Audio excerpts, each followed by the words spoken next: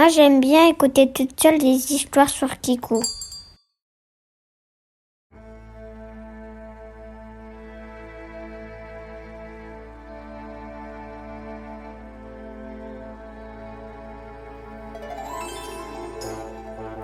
Et voici le chevalier orange.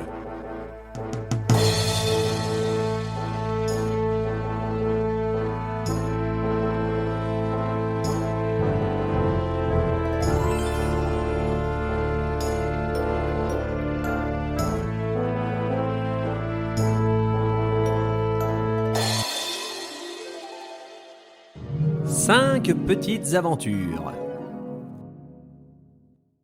La sorcière du bois désert.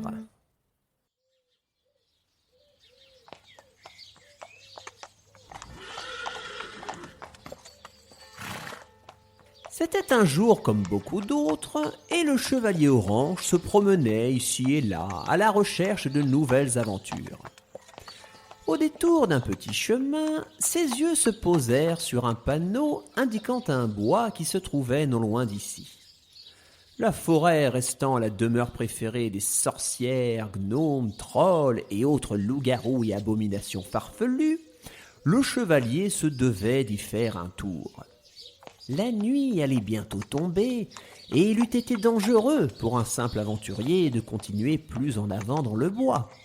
Mais le chevalier orange était courageux, et il se risqua à cet effrayant périple.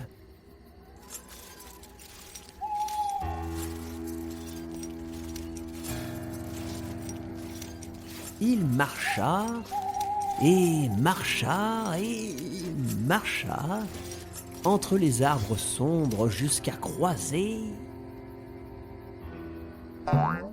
personne. Plus rien ne vivait ici. Les arbres étaient vides, les animaux semblaient tous partis, pas même une trace de vilain ou de créature maléfique, rien.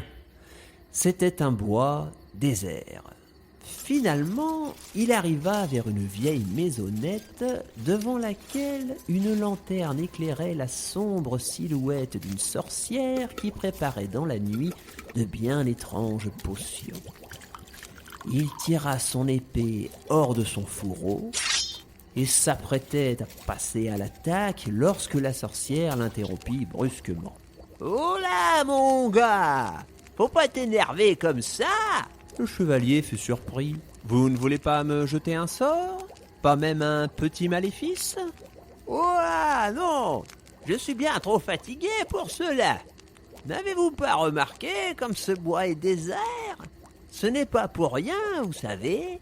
Ah ah, je savais bien qu'il y avait une créature vilaine à tuer dans cette forêt. Je m'en occupe.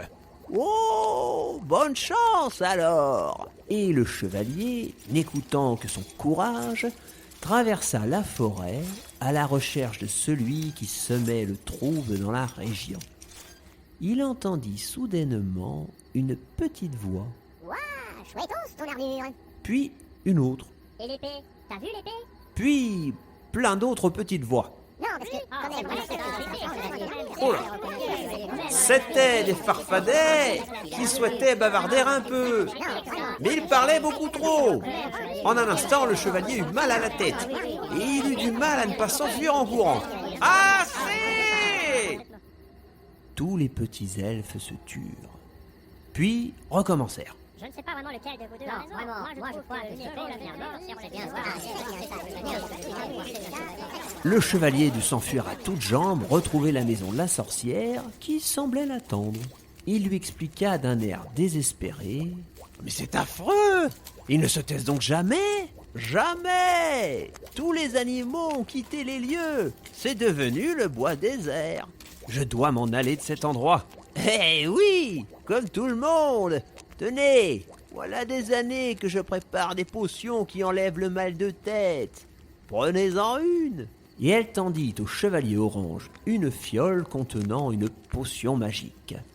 Le chevalier la remercia et il partit du bois désert. Hélas, la sortie était de l'autre côté de la forêt. Eh, t'as vu? Il a même un cheval. Non,